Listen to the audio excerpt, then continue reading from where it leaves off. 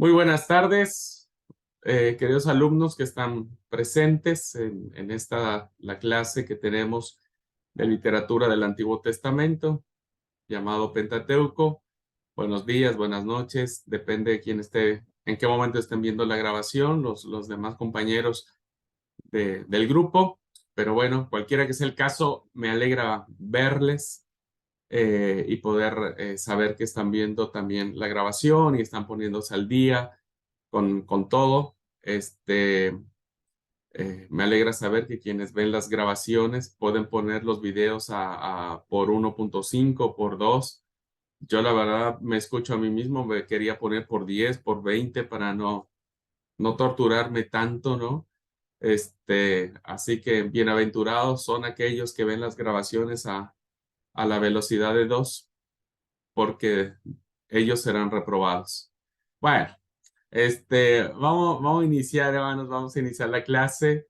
Eh, Hemos hecho un abordaje general en relación a los grandes temas que encontramos dispersos en los 5 libros del, del Pentateuco.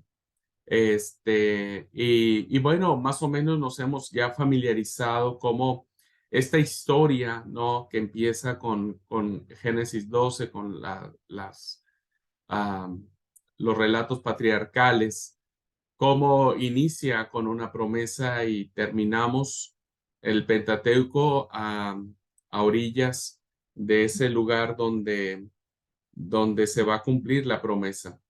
Eh, Ustedes saben que hay propuestas dentro de los eruditos, seguramente esto ya lo charlamos, o alguien más ya se los comentó, pero bueno, hay propuestas de que no tendría que hablarse de un Pentateuco de 5 libros, sino de un Hexateuco, que tiene que ver con 6 libros. Hay ¿cómo es? Hay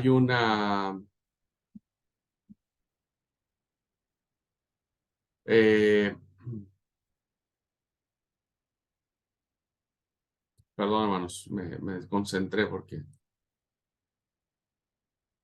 quién sabe qué le está pasando a mi celular, que de momento entra al Zoom, entra Mercado Pago, entra...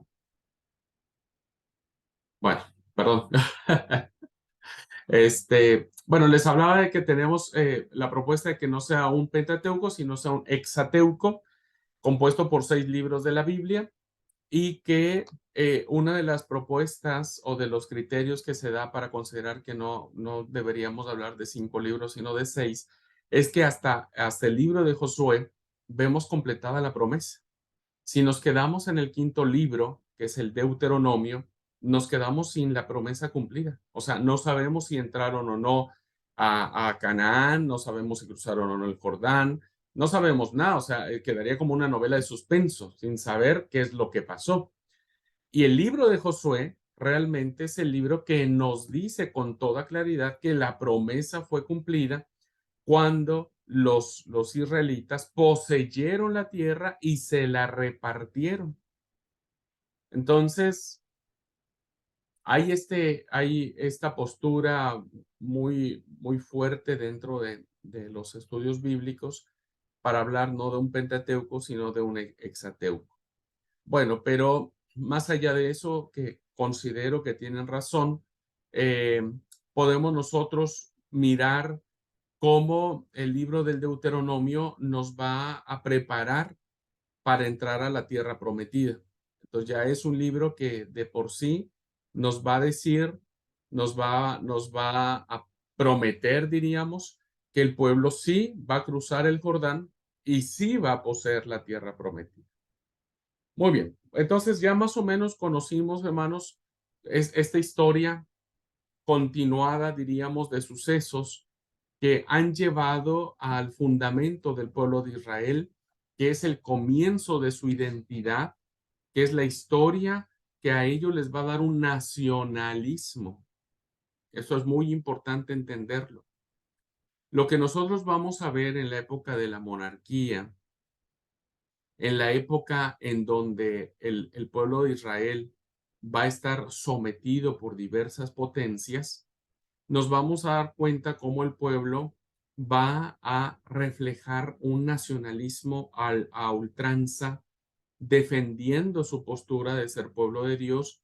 ¿Y de dónde sacan ese valor para defender su identidad como nación? Pues del Pentateuco, de toda historia, de esta historia que conocemos y que entendemos que el pueblo dijo: somos el pueblo de la alianza, somos el pueblo del pacto. Ajá. Y por lo tanto, Yahvé ha hecho alianza con nuestros padres y nosotros somos los herederos de esa alianza. Entonces, eh, es muy interesante ver cómo todo lo que tiene que ver con el Pentateuco son fundamentos de aquello que representa básicamente la fe judía. Muy bien. Ahora vamos a mirar un segundo, porque vamos a mirar ahora algunos aspectos formales, diríamos, de entender cómo se llevó a cabo la formación de este eh, ¿cómo es? Pues, de este conjunto de libros, ¿no?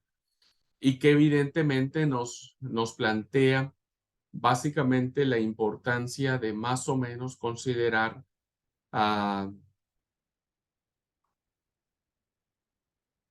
cómo se formó.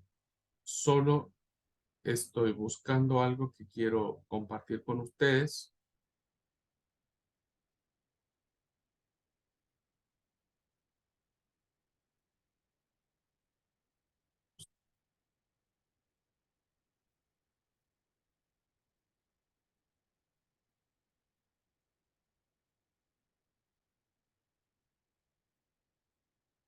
Vieron que cuando ustedes tienen identificado dónde quieren estar y después se les pierde.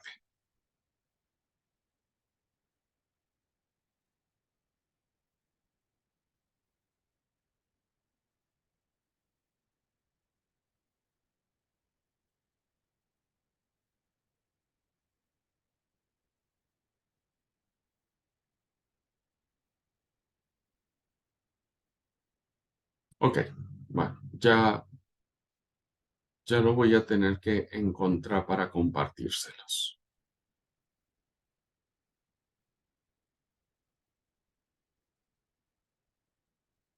Qué raro.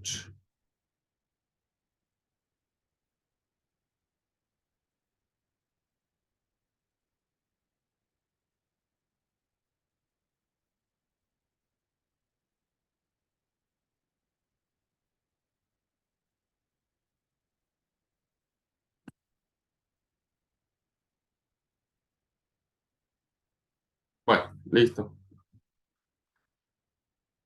Ay, estoy más perdido que turco en neblina. Muy bien, voy a compartir ahora la pantalla.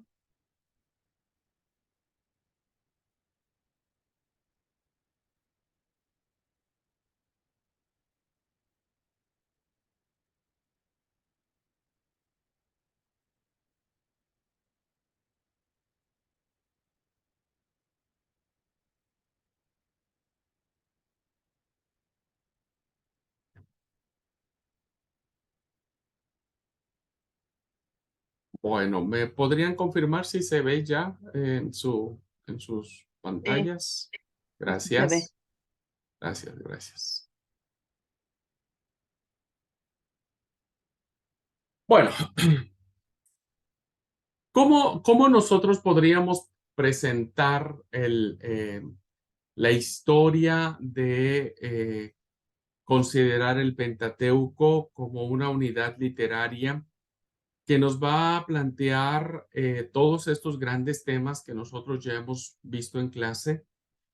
Y vamos a mirar, hermanos, el papel importante que tuvieron los narradores y los historiadores de Israel para ah, recibir conservar, escribir toda esta historia que, como vamos a mirar, tuvo que haber pasado mucho tiempo entre que los hechos se suscitaron hasta que alguien nos hizo el favor de ponerlo por escrito. Entonces, vamos a ver un poquitito cómo esta literatura milenaria, ¿no es cierto? Milenaria, llega hasta nuestros días a través de este grupo muy importante para la cultura judía. Y imaginándonos un poco, queridos alumnos, imaginándonos un poco cómo pudo darse toda esta, este compartir de historias. Podríamos decir que quizá fue una noche de frío junto al fuego, cuando comenzó a contarse por primera vez la historia de Israel. Tradición oral, ¿lo recuerdan? Primero los ancianos que recordaban las andanzas de antepasados famosos, de aquellas andanzas que hubo de los patriarcas principalmente, ¿no? Que eran relatos eh, legendarios que se venían arrastrando de generación en generación.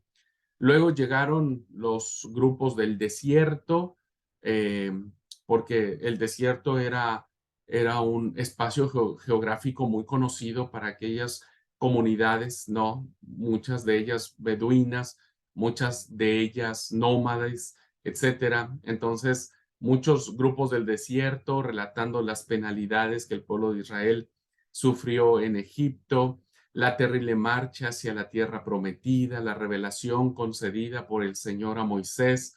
En fin, sería interesante que en este contexto de lo que es cómo, cómo fueron tomando forma todos estos relatos, ¿no? Porque los relatos del Pentateuco no es que se fueron escribiendo tal y como que se fueron llevando, ¿no? Sino que muchos de ellos tardaron mucho tiempo en poder reescribirse, escribirse y luego reescribirse, ¿no? Para llegar hasta donde nosotros los conocemos. Luego vendrían los poetas populares, ¿no? Cantores de gestas realizadas contra los filisteos principalmente, porque los filisteos eran el pueblo enemigo por excelencia de Israel. No faltaron las figuras de los sacerdotes que narraban las peregrinaciones anuales que se realizaban. Ustedes han visto los distintos templos o los distintos lugares de adoración que se tuvo en Israel y relataban al pueblo cómo se apareció Dios en tal o cual lugar sagrado, ¿no? Y entonces, a partir de tener estas formas de acercamiento, de estos relatos que se iban eh, proyectando de generación en generación, fue así como empieza a tomar forma esta historia, se empieza a escribir, se empiezan a acomodar a muchos de los pasajes, no solo del Pentateuco, sino de todo el texto sagrado del Antiguo Testamento, ¿no? Empiezan a irse acomodando de una manera tal, ¿no? Que los hechos empiezan a tomar forma, como que empiezan a unirse entre sí. Y esto lo debemos en gran medida a, esta, a este sentido de narración muy propia del pueblo semita, muy propia de aquellas culturas, ¿no? Que era la forma en que lograban preservar sus orígenes, ¿no? Y que les daría un sentido muy interesante en su vida. Así entonces, de boca en boca, transmitidas de manera oral primariamente, comenzaron a conservarse, ¿no? Y sobre todo a enriquecerse las tradiciones históricas de Israel. Evidentemente, hermanos, todos los sucesos que aparecen desde la época patriarcal hasta Esdras, Nehemías, la etapa de la restauración, todas esas historias ¿no? Que no fueron escritas en ese momento, que no hubo quien las filmara ni quien las grabara, pues sufrieron, ¿no? Inevitablemente, pues ciertos retoques, diríamos, ¿no? O ciertas cosas que engrandecieron, que hicieron mucho más grande los relatos de algunos personajes, principalmente de los jueces, porque los jueces en el relato bíblico aparecen realmente como héroes, ¿no? Hoy haríamos una serie de Marvel con los relatos de los jueces mayores, ¿no? Sansón, Ahod, Gedeón, etcétera. Así que la tradición oral juega un papel importante para ir recuperando las tradiciones de lo que hizo Abraham, de lo que pasó con Isaac. Por eso Isaac no conocemos mucho porque o no se conservaron oralmente estas tradiciones o no fue de interés lo que se vivió en la vida de Isaac, el patriarca, y por lo tanto no tenemos mucho. Pero sí se conservaron demasiado los relatos que se fueron formando principalmente de Jacob y de José, ¿no?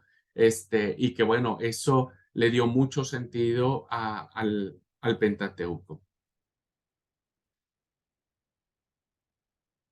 Después, ya cuando la tradición oral empieza a darle paso, ¿no es cierto? Le empieza a dar paso a la tradición escrita, pues ya nos encontramos nosotros en la, eh, en la profecía, en la alta profecía clásica, se le llama, ¿no? En donde pues ya se ha desarrollado correctamente el sentido de la escritura y surge una clase más culta, principalmente, ¿no?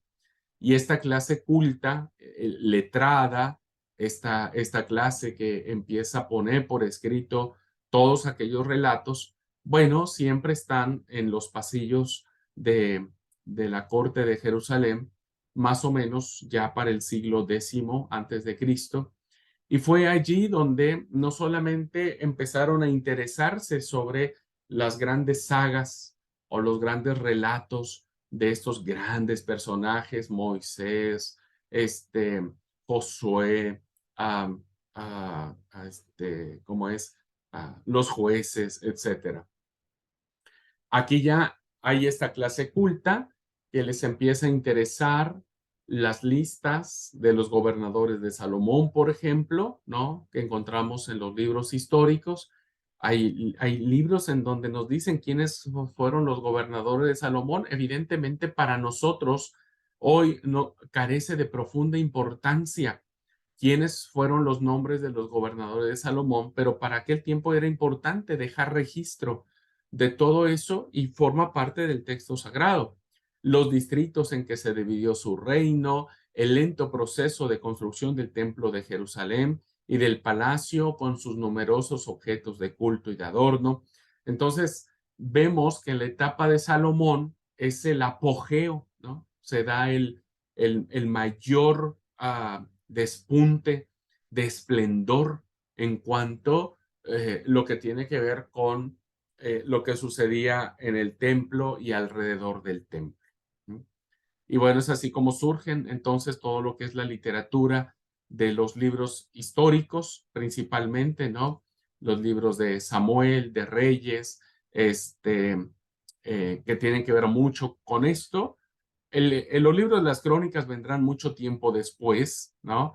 Pero tendrán el mismo objetivo, contar toda esta historia de la monarquía, toda la historia del templo principalmente, porque el templo será fundamental.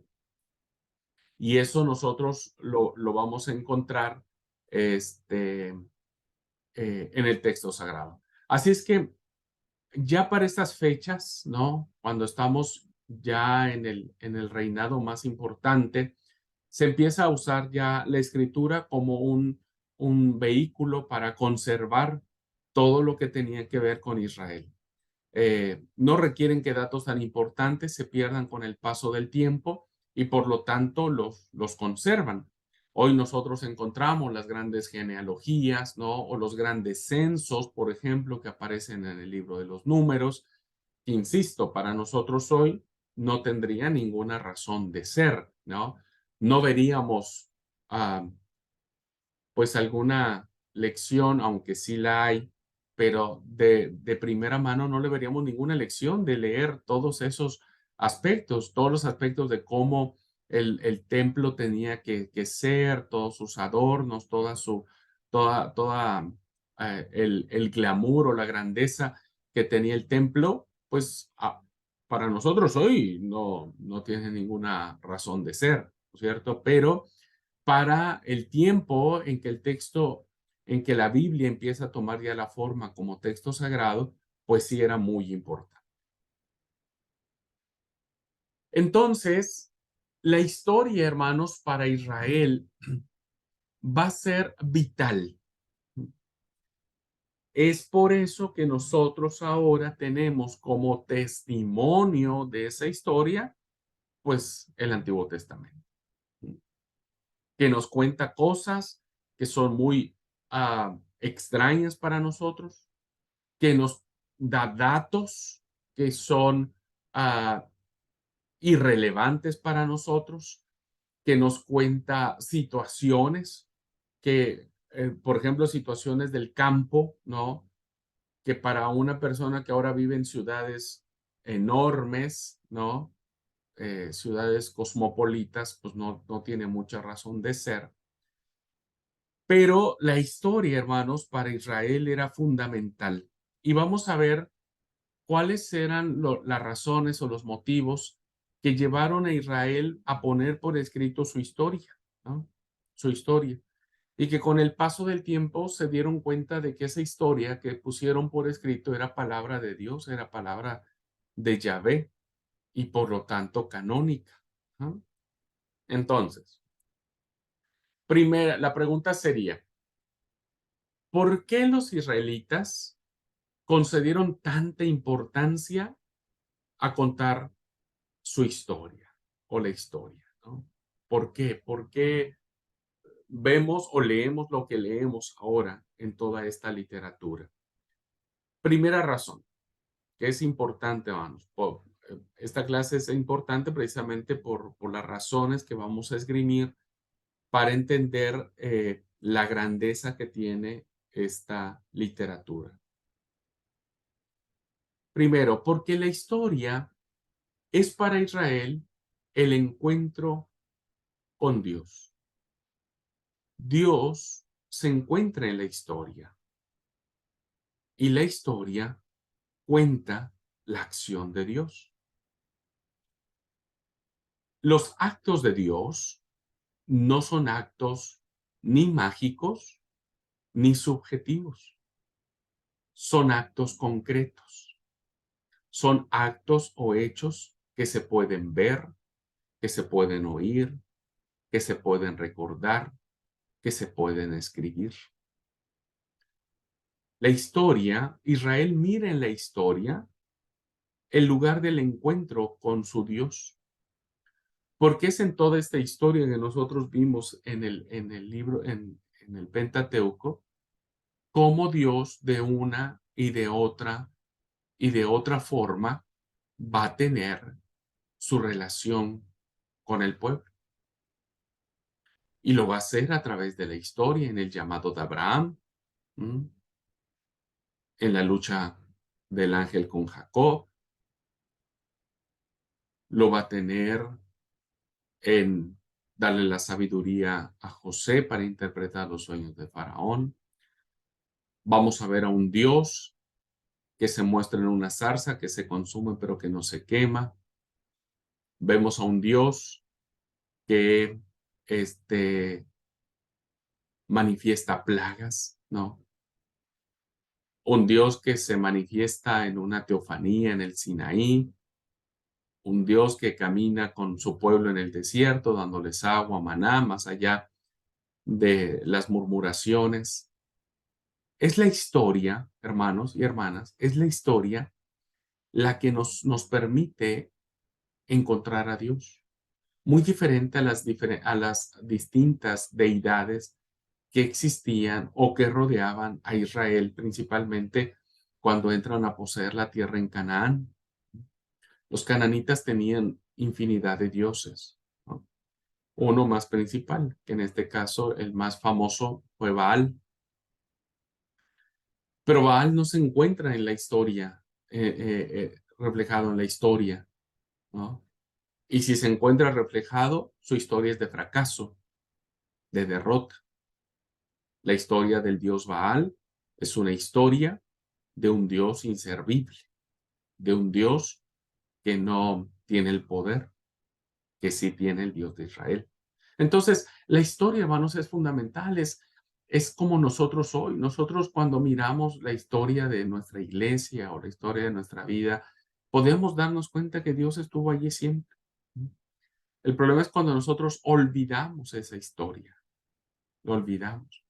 Y no ver al Dios en nuestra historia, pues rompe ese gran propósito que tiene el haber vivido lo que vivimos y que Dios nunca se fue de nuestro lado. Entonces, primera razón para entender por qué para Israel la historia es importante. Segunda razón, la fe de este pueblo, lo que este pueblo ha creído, cree y creerá, y que nosotros de igual manera, no se basa en mitos atemporales, es decir, que se pierden en el tiempo, ni ajenos al espacio y al tiempo que nos rodean. La fe de este pueblo está basada en actos concretos que sucedieron en determinado lugar, en determinadas personas, con determinadas circunstancias y determinadas consecuencias. Es la historia, ¿no es cierto?, que no es una historia basada en mentiras, no es una historia basada en este, mitos, podríamos decirle, en el mal sentido de la palabra, ¿no es cierto? Em, eh, Estoy tratando de encontrar esa palabra que defina, lo quiero decir, un mito eh, legendario, un mito, este, no sé, sacado del baúl de un libro de ciencia ficción. No, la fe de este pueblo, todo lo que va a vivir Israel, ¿no? En la tierra prometida, en la figura de Saúl, en la figura de David, en la de Salomón, en los distintos reinos, en las distintas invasiones que Israel tiene por parte de los babilonios, por parte de los asirios, de los persas, de los griegos, etcétera. Todo eso, ¿no? Han sido producto de que el pueblo haya reflexionado sobre su condición de ser pueblo de Dios y por lo tanto esos aspectos históricos que rodean a Israel le dan sentido de ser el pueblo elegido de Dios. Entonces, esa fe es una fe que está basada en cosas ciertas, ¿no?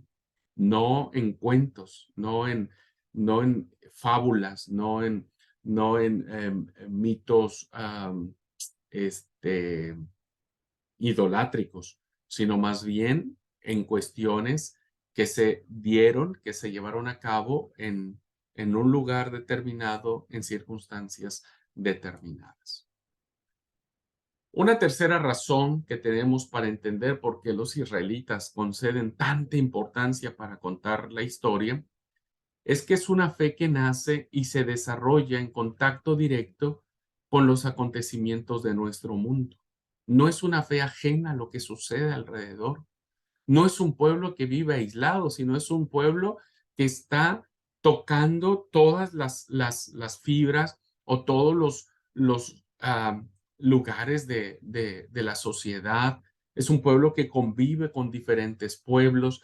Es un pueblo que incluso se deja influenciar por otros pueblos. Lo vamos a ver en la literatura sapiencial, en la literatura poética, ¿no? Vamos a ver que el libro de Proverbios, por ejemplo, tiene proverbios que no pertenecen al pueblo de Dios, pero que están en la palabra de Dios. Vamos a ver cómo Israel, ¿no es cierto?, tiene contacto principalmente en la época de la monarquía y principalmente con Salomón, ¿no? El reino de Salomón extiende sus lazos internacionales con muchos pueblos haciendo grandes negocios, haciendo grandes comercios, etcétera. Y entonces el intercambio que tiene Israel es un intercambio en donde su fe, donde su historia no está alejada de las realidades de este mundo, sino que se va a desarrollar en contacto directo con todo esto que está sucediendo. Y entonces vemos cómo Israel, al momento de tener el contacto con todo este pueblo, con los egipcios, con los moabitas, con los edomitas, con los amorreos, con los filisteos, con los cananeos, con los jebuseos, con todos estos pueblos, ¿no? Y que después, bueno, en el exilio, por ejemplo, muchos tendrán contacto con la cultura o asiria o con la cultura babilonia, y vamos a ver, hermanos, cómo cuando Israel tiene contacto con todas esas culturas, termina alejándose del propósito de Dios. Dios le dijo al pueblo, cuando pasen el río Jordán, no destruyan a todos, ¿no? No dejen a nadie. Y esta es una orden con un sentido teológico, porque evidentemente, hermanos, la influencia que Israel iba a tener en tierra cananea, donde iba a haber mucha influencia idolátrica, si no destruían todo aquello que podía influenciarlos para ofender a Dios, pues iban a terminar haciéndolo. Y esto fue lo que pasó. No destruyeron a todos, dejaron muchas raíces de idolatría en la tierra de Canaán, e Israel se volvió un idólatra. Y entonces vemos cómo a través de ese contacto, ¿no? Que tiene Dios, el pueblo con las consecuencias que tiene el pueblo con el mundo, Dios siempre va a revelar su amor, su perdón, su interés por el hombre, su afán de justicia, sus deseos y planes respecto a la humanidad. El profeta diría, no muero, no quiero la muerte del que muere. Entonces, es un Dios que va a manifestar en los actos de la historia redención para su pueblo, ¿no? Perdón para su pueblo. Va a tener un, un sentido de justicia, ¿no? No va a dejar, incluso fíjense cómo esta historia que aparece en el texto sagrado, ¿no? Tiene que ver no solamente con Israel. Israel escribe su historia pensando solo en él, pero la misma historia de Israel, ¿no es cierto? La misma historia que ellos cuentan, no es una historia que solamente se centra en ellos, sino es una historia que abarca todas las naciones de la tierra, a todas las naciones de la tierra. Y la primera prueba de ella es que Abraham viene de un pueblo idolátrico. Entonces, es una historia, hermanos, donde la fe va a estar centrada en un Dios que siempre va a estar allí bancándole a su pueblo, ¿no? Cuando termina siendo igual que los demás, ¿no? Recuerden que una de las acciones del pacto, de la alianza, es que tendrían que ser un pueblo diferente, un pueblo especial, mi especial tesoro. Israel durante muchos siglos hizo todo lo contrario, ¿no? Muchos siglos hizo todo lo contrario. No es una revelación que cae del cielo, hermanos, el texto sagrado, el Pentateuco, el Antiguo Testamento. No es algo que caiga perfectamente escrito y así como nosotros lo conocemos, vino alguien y le dijo a Israel, miren, aquí está la Biblia, las escrituras del Antiguo Testamento y demás, ¿no? No es algo que cayó del cielo perfectamente esbozado y concretado en todos sus pormenores de una vez para siempre. Dios, y esto es algo muy importante, hermanos, que sepamos, porque es una clave hermenéutica para entender muchos de aquellos pasajes que nosotros no logramos entender, principalmente cuando toquemos la historia de la serpiente que fue levantada en el desierto, tiene que ver mucho con esto. Ajá. Dios se va a revelar poco a poco, paso a paso, no a través de un libro, sino a lo largo de la vida. Y por lo tanto vamos a ir viendo, queridos hermanos, cómo las historias primitivas que se vienen dando, poco a poco van perfeccionándose, van cambiando, van siendo diferentes, ¿no? Antes se permitía, por ejemplo, la poligamia y Abraham tuvo un hijo con su sierva, pero después la moralidad va evolucionando ¿no? Porque una serpiente en el desierto se levanta, ¿no? ¿Qué significaba? ¿Qué aspectos tenían en relación a, a cómo los cananeos, por ejemplo, miraban las serpientes? ¿Y cómo fue evolucionando ese concepto, ¿no? ¿Cómo fue evolucionando? A tal grado que aquello que no era un objeto de culto, se fue, con el paso del tiempo, fue convirtiéndose en un objeto de idolatría para Israel. Entonces, la revelación de Dios va yendo de manera progresiva, ¿no? No significa que Salomón tuvo 1000 mujeres, ahora nosotros debamos tener 1000 mujeres. Y uno diría, pero si está en la Biblia, y si nosotros hacemos todo lo que está en la Biblia, pues entonces también podríamos nosotros tener 1000 mujeres. No sé quién se animaría, queridos hermanos, sinceramente. Mis respetos para el que quiera animarse a tener 1000 mujeres, pero el hecho de que esté en la Biblia no significa que es palabra de Dios. Ojo con eso, ¿no? Ya lo vimos en el Antiguo Testamento, o sea, eh, el autor pone en palabras de Dios, ¿no es cierto?, su visión de lo que él cree que Dios significa, o quiere, o anhela, o desea, y demás. Entonces, esta revelación, ¿no?, va a ir yendo de manera progresiva hasta llegar a la persona de Jesucristo, donde Jesucristo ya es ya esa es la moralidad perfecta, el mandamiento perfecto, ¿no? Entonces, debemos tener mucho cuidado en tratar de analizar los sucesos que ocurrieron en el pasado, muy lejos de nuestros conceptos occidentales, ¿no? Y además, teniendo entre medio miles de años. Entonces, cuando nosotros veamos una narrativa de algunos sucesos que para nosotros hoy no nos harían sentido, debemos siempre ubicarlos en el momento de la historia, en ese momento del conocimiento y de la revelación de Dios que se está teniendo, ¿no? Que se está teniendo para poder entender por qué se escribió lo que se escribió. ¿Mm? Ojalá no olviden este comentario que acabo de hacer, hermanos queridos, porque, bueno, esta es una de las razones que nos debería nosotros tomar como base para explicar por qué matar a un violador que va a recoger leña en el día de reposo. Entonces diríamos, pues está en la Biblia, y todo aquel que haga algo malo o que vaya a comprar algo o que haga fuego o que cocine y demás, tenemos que matarlo.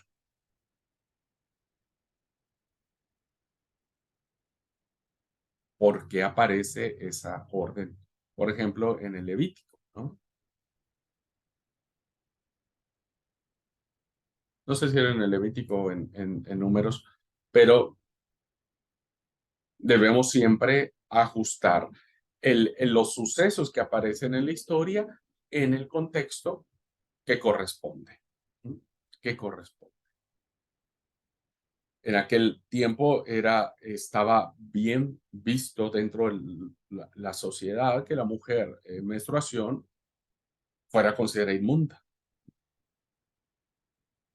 Pero eso avanzó, eso no quedó allí, ¿me explico? Entonces, hoy nosotros no consideraríamos bajo ninguna circunstancia que una mujer es inmunda y que no puede ir al templo o que no puede pisar el púlpito donde está el frente porque no puede, que es mujer, no debería de ser. No, no tiene una razón de ser. Pensaríamos entonces que Dios solo se reveló en ese tiempo y lo hizo de esa manera, y ahora nosotros tenemos que ajustarnos a eso. Si eso fuera, hermanos, entonces muchos padres tendrían que matar a sus hijos cuando estos les hicieron una macana. Y díganme quién lo va a hacer. Al hijo contumaz, dice la ley, hay que matarlo a pedradas.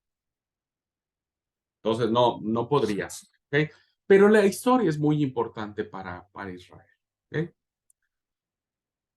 Entonces, el Antiguo Testamento, incluido el Pentateuco que nosotros estamos teniendo, es una búsqueda apasionada de Dios. Es hacernos esas preguntas, ¿no? siempre siendo tratar de ser lo más fieles a lo que el texto nos dice, pero más allá de los aspectos culturales y cultuales que aparecen en el texto sagrado, la idea es ir descubriendo a ese Dios que se va descubriendo a lo largo de la vida, ¿no? Entonces, el Antiguo Testamento es una búsqueda apasionada de Dios, un intento divino de ser conocido más perfectamente.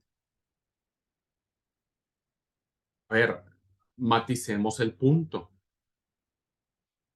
El hecho de que alguien pueda conocer todo el Antiguo Testamento no significa bajo ninguna circunstancia que conoce a Dios ya.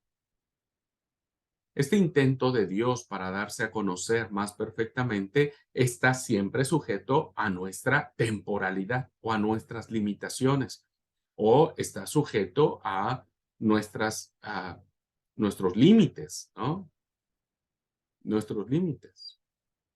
El texto sagrado manifiesta que muchos hombres o mujeres tuvieron la bendición de conocer un poco más de Dios.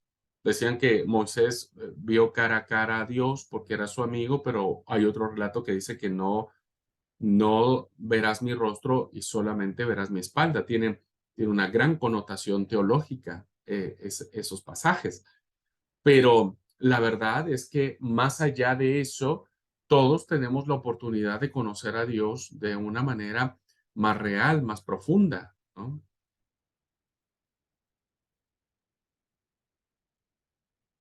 No significa que aquellas personas que conocieron a Dios de esa manera, con esas teofanías, Moisés, ¿no? Que le habla a Dios, eh, este, los relatos donde David también Dios le revela cosas, habla con él, etcétera, etcétera, no significa que si nosotros no tenemos una experiencia teofánica de esa naturaleza, no podamos conocer a Dios. Realmente toda esta literatura, esta historia, es un intento divino de ser conocido más perfectamente, una lucha humana por penetrar en el misterio del Señor. Ese misterio que se va revelando, insisto, con los patriarcas, con Israel en Egipto durante 4 siglos, con Moisés, con el paso del Mar Rojo, el Sinaí, el cruce del Jordán, el establecerse en la tierra prometida, el tener monarquías, el ser llevados al exilio, cómo Dios, cómo el Señor fue manifestándose de una manera especial. Y ese es el gran desafío que tenemos al incursionar en este tipo de texto sagrado. Por eso cuando alguien me dice, no, no, no, yo solamente el Nuevo Testamento, porque a mí el Antiguo Testamento no le entiendo, no le sé, me da miedo, no entiendo a ese Dios vengativo, ese Dios que manda matar, ordenar, asesinar mujeres, niños, ancianos, todo. No, no entendés porque lo estás viendo desde tu cosmovisión, desde tu perspectiva, pero habría que conocer mucho más por qué se dan estos hechos, ¿no? Como lo hemos visto en algunas clases, y creo que de esa manera uno va reconociendo mucho más el actuar de Dios. Algo muy interesante que nosotros debemos tomar en cuenta al momento de abordar cualquier texto sagrado es que el texto tiene géneros literarios, hermanos, tiene géneros literarios, ¿no? Entonces, lo vamos a ver, por ejemplo, no ahora, pero en los libros históricos, vamos a ver, por ejemplo, esa famosa frase que aparece en el libro de Josué cuando el sol se detiene. ¿Lo recuerdan? Detente tu sol en Aquilón y luna en, en Mahlón. Este, y entonces es un relato que según esta situación, es esta frase que les acabo de decir, eh, es una frase literal en donde el sol se detuvo. Ujú. Y para el ojo atento del lector bíblico, se va a dar cuenta, hermanos, que esa frase que les acabo de decir está escrito en poesía. Está escrito en poesía. Ese versículo es poético. Ujú. No está en prosa, está en poesía. Y ahí nos cambia todo, ¿viste? Ahí nos cambia todo. Incluso hay muchos hoy artículos que dicen que ya encontraron el minuto, los minutos perdidos en el tiempo de cuando el sol se paró en épocas de Josué. Porque esa frase está escrito en un género poético. Es el género poético. La poesía narra, está diciendo hechos concretos o está usando símbolos para darnos una verdad mayor. No es literal. Es interesante. Entonces, si ustedes quieren abordar el texto bíblico y no caer en fanatismos ni en literalismos, hay que reconocer los distintos géneros literarios en los libros narrativos. Lo vemos en esta situación normal o cotidiana, ¿no? Quien abre el periódico por la mañana sabe que cada noticia hay que leerla de manera diferente. Ajá. No es lo mismo quien escribe para la sección policíaca que quien escribe para la sección deportiva o la sección de política o la sección de economía. Cada uno de ellos escribe con sus palabras, las palabras que son propias de su ramo, ¿no? Frases que son entendibles solo en su ramo, ¿no? Y difícilmente las palabras que se utilizan en una sección policíaca pueden aplicarse a una sección social o a la sección política, etcétera. Entonces, cada uno tiene su propia forma, su propio estilo, su propia manera de escribir, insisto, sus propias palabras, porque cada palabra tiene un significado diferente. Cada autor, según la materia que trata, utiliza un género literario distinto, ¿no? Imagínense, si eso pasa ahora, que nosotros somos herederos de todas esas grandes tradiciones escritas, pues lo mismo sucedía en el texto sagrado. Este detalle tan elemental tardó mucho tiempo en ser advertido en la ciencia bíblica, porque todo lo veíamos literal. Por eso es que muchos de nuestros líderes en la antigüedad nos dejaron tal y cuales enseñanzas porque los tomaron de manera literal. El Levítico dice que no hay que, la mujer no tiene que ir por esto, entonces listo, no va, ¿no es cierto? Pero no entendieron que eran aspectos cultuales, no culturales, cultuales que deberían analizarse en torno del templo de Jerusalén, pero nosotros no tenemos templo ahora, ¿cierto? Ya nosotros no hacemos más sacrificios. Entonces, durante mucho tiempo, ¿no? Siempre se creyó que la Biblia habría que leerla al pie de la letra y por lo tanto hacerlo al pie de la letra. Tal es así que hoy todavía hay mucha gente que defiende esas posturas, ¿no? Esas posturas de que así, si ahí dice detente luna en Aquilón y sol en Maglón, o al revés, tema, como ustedes sepan, entonces el sol se paró y se detuvo. O sea, si la Biblia dice que caerá a las 3/4 partes de las estrellas a la tierra, entonces dicen las estrellas van a girar a la tierra, porque ¿qué es lo que pasa? Cuando uno ve el cielo, pues uno ve que las estrellas son puntititos así chiquititos. Entonces dijimos, y sí, caben todas aquí en la tierra, pero ya ahora que sabemos la realidad, entendemos que no, hermanos. Si cayera una estrella, ¿no? En la tierra, cubriría una gran extensión de territorio. O sea, si nos cae la 3/4 de las estrellas en la Tierra, olvídense, no sería posible. La Tierra no podría soportar que cayeran todas esas estrellas al mismo tiempo. Es entonces debemos considerar que eso que aparece en el texto profético, pues es poesía, pues está escrito en poesía y por lo tanto tiene que interpretarse de manera poética. ¿Qué es lo que nos está diciendo el autor sagrado? El sol calentará 7 veces más de lo acostumbrado. ¿Y qué es lo que hoy decimos?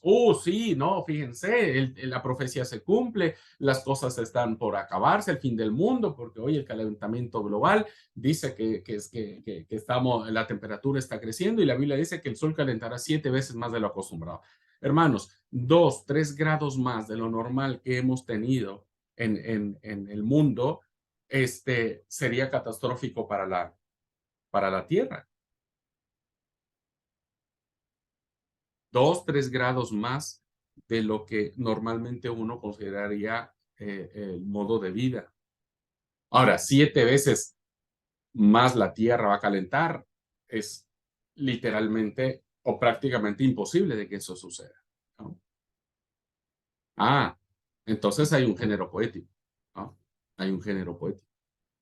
Entonces, por favor, hermanos, cuando ustedes aborden cualquier texto de la Biblia, siempre traten de entender eh, la forma. No es lo mismo leer, por ejemplo, la historia tipo novela que encontramos en, en el libro de Génesis respecto de José.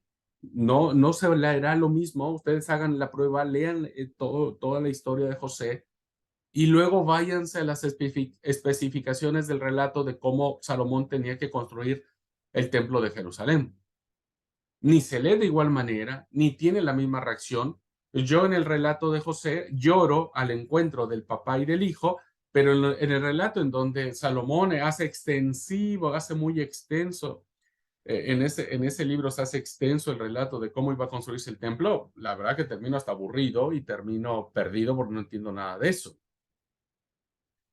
Pero es importantísimo, entonces, queridos alumnos, para valorar rectamente las afirmaciones de sus autores. Es importantísimo, porque de esa forma nosotros vamos a ver qué es lo que quiso decirnos el autor. El epílogo que encontramos, por ejemplo, en el libro de los jueces, que tiene que ver con el asesinato, la muerte y el descuartizamiento de la mujer de Levita. Y la guerra civil que se suscitó entre las tribus, donde todas iban y querían aniquilar, querían matar, querían destruir a la tribu de Benjamín. Hoy nosotros estaríamos horrorizados con esa historia, ¿no? Y diríamos, ¿por qué Dios no hizo nada? ¿Por qué no detuvo eso? ¿Por qué permitió? Porque muchas cosas, ¿no? Y juzgaríamos a Dios a la luz de una intención que tuvo el autor de por qué escribe esa historia. ¿Por qué? Ah, interesante. Es muy probable que esa historia, porque hay dos historias, ¿no? La historia del santuario de los danitas, y la muerte de la mujer de Levita. ¿Por qué escribe esas historias? Porque el libro de Jueces dice que por aquellos tiempos no había rey en Israel y cada uno hacía lo que bien le parecía. Entonces, hay una intención, ¿no? Literaria al escribir tal o cual determinado relato, historia, ¿no? Siempre al margen de un relato mayor, siempre al margen de algo mayor que ese propio relato. Entonces, lo que dice un poeta no podemos interpretarlo tan literalmente como ver cuántos gobernadores tuvo Salomón. O sea, no podemos decir, oh, eso es simbólico, ¿no? Aunque algunos despistados fanáticos pueden y han llegado a esas conclusiones, ¿no? De encontrar nombres con temas simbólicos y que lo utilizan para eh, su teología o su forma de entender la Biblia. Bien, a continuación les voy a presentar cuáles son los géneros más importantes que tenemos dentro del texto sagrado para que ustedes se den cuenta de la variedad tan grande y tan maravillosa que tenemos en el Antiguo Testamento, incluido el Pentateuco, ¿no? Y a partir de allí, por favor, cuando ustedes aborden un texto, siempre una de las cosas que tienen que preguntarse o preguntarle al texto, ¿en qué género literario se escribió? ¿Mm? Entonces, por ejemplo, hermanos, tenemos discursos, ¿no? El género de los discursos. Discursos tenemos de despedida. Están los pasajes ahí, hermanos, no los vamos a leer. Si ustedes tienen curiosidad y solamente para efectos de la clase, ¿no? Estos más bien son demostrativos de darse cuenta cómo todos estos ah, géneros literarios aparecen en la Biblia. Así que si ustedes pues quieren leerlos de manera personal, está bueno para que más o menos sepan. Entonces, tenemos discursos de despedida, ¿no? Tenemos discursos políticos con un tinte político muy interesante, hermanos, también los hay, porque recuerden que la política no está ajena al texto sagrado, ¿eh? Ojo con eso, ya cuando veamos libros históricos se van a dar cuenta que la política está mucho más metida de lo que nosotros podríamos pensar. Este, y es interesante cómo Dios y la política en el Antiguo Testamento muy interesante. Bueno, hay discursos políticos, hay arengas, ¿no? Las arengas son aquellas formas de poder, ¿cómo es? Alentar a las personas. Las encontramos en Samuel, Crónicas, Deuteronomio. Bueno, otro género literario son las oraciones, ¿no? Evidentemente las oraciones son compuestas, son elaboradas o son redactadas de diferente manera. Tenemos oraciones de intercesión, tenemos oraciones de confesión, tenemos oraciones de acciones de gracias, ¿no? Que aparecen eh, repartidas en todo el texto bíblico. Ustedes después, si quieren ver la grabación después e ir copiando los textos, está bien. Hoy voy a tenerme aquí más rápido. Así que después de la grabación ustedes pueden volver y ver cuáles son los textos de cada uno de ellos. ¿Ok? Muy bien. Entonces tenemos discursos, tenemos oraciones, tenemos, déjenme ver acá, a ver, documentos, ¿no? Tenemos documentos. En el género de los documentos tenemos contratos, ¿ah? Que se elaboran contratos, se elaboran cartas. Las cartas son muy interesantes, principalmente las de Esdras. Esdras, el género de las cartas refleja mucho más el espíritu persa, ¿no? Donde Esdras escribe. Tenemos listas, ¿no? De distintos matices, listas genealógicas, las que aparecen en Crónicas, por ejemplo, listas de oficiales y de héroes que aparecen en Samuel, en Reyes, listas de ciudades y de pueblos que aparecen en el libro de Josué. Tenemos decretos que eran muy famosos, los que expedían los emperadores, decretos que aparecen en Crónicas, Esdras, memorándums, el memorándum que aparece en Esdras 6 del 2 al 12. Otro género literario, hermanos, tiene que ver con las narraciones históricas, ¿no? Como tal, tenemos informes, los informes anuales que tienen que ver con el templo. Estas se encuentran en el libro de los Reyes. Tenemos historias populares, principalmente los jueces. Tenemos autobiografías. En este caso, el libro de Nehemías es una autobiografía. Nehemías escribe en primera persona, ¿no es cierto? Y él narra todo lo que está viviendo y todo lo que pasó, etcétera. Es una autobiografía. Tenemos narraciones de sueños y de visiones, ¿no? En José, en Jueces, en Génesis, Jueces, Reyes, etcétera. Bueno, así que hasta este momento, queridos hermanos y hermanas, encontramos básicamente los distintos géneros literarios que nosotros podemos encontrar, no solo en el Pentateuco, sino también en todo lo que es ¿cómo se llama? El resto de la literatura del Antiguo Testamento. Ujú. Muy bien, pues vamos a tomar el receso acá. Quiero preguntar, ¿hay dudas, preguntas, comentarios?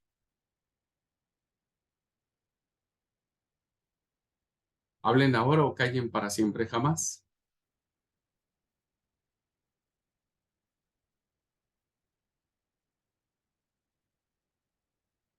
Así es que la idea de que cada vez que ustedes entren al texto sagrado, deben saber que hay que hacer una chamba antes, un laburo previo.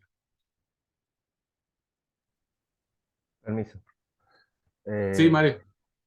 sí, por ahí me parece muy interesante esto de saber, ¿no es cierto?, de los géneros literarios de cada pasaje, ¿no?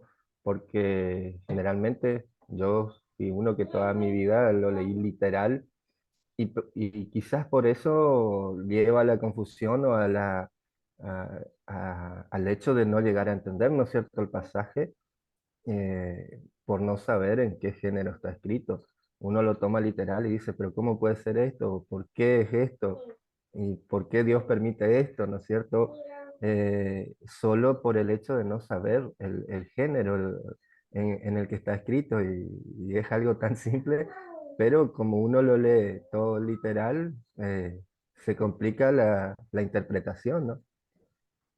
Sí, por eso, gracias, qué bueno que lo dices. Miren, por ejemplo, miren, ustedes leen, yo tengo acá mi Biblia, este es Reina Valera, 60, ¿no? Es una Biblia Reina Valera 60, no es de estudio, no es de estudio, pero si yo, por ejemplo, abro un libro profético, cualquiera que sea, Isaías, bueno, a mí me aparece en el formato que conocemos todos. Es un formato donde vienen dos columnas y viene en forma de prosa narrativa, o sea, eh, es como una narración. Pero si ustedes toman, por ejemplo, la Biblia de Jerusalén y, y déjenme ir por ella, es una Biblia de estudio, ¿no? Y abren en un libro profético,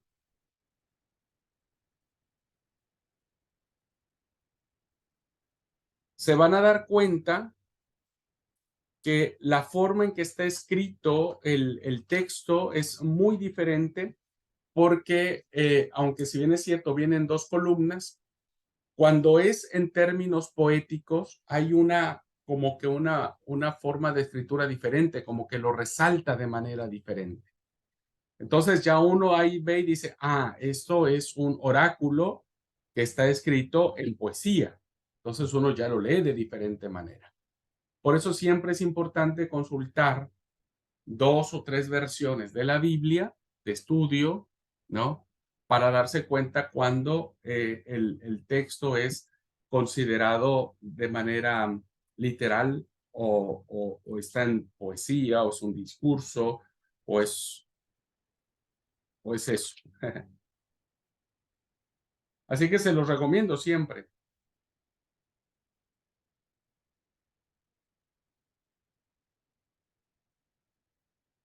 Bueno, ¿algo más, hermanos? ¿Alguna pregunta?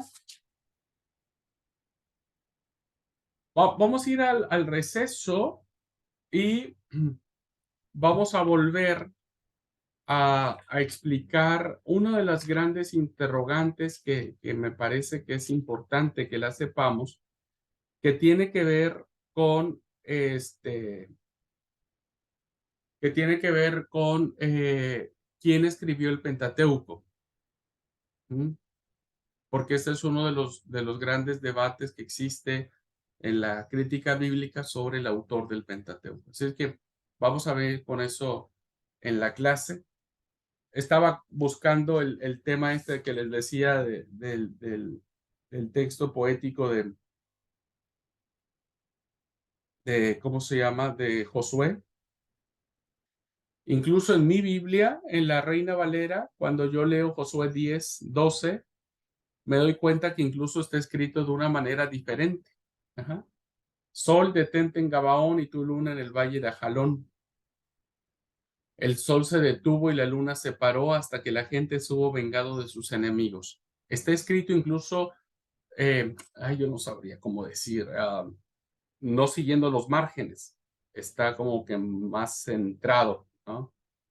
Y eso ya me dice algo. Ujú. Y me dice que incluso esa parte está escrito en el libro de Jacer, o en el libro del justo.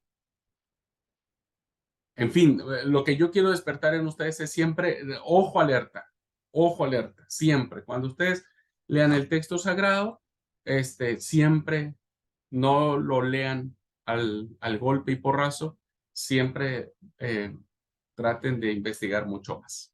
¿Tá? Bueno, vamos a tomar 10 minutitos de receso y volvemos a la clase.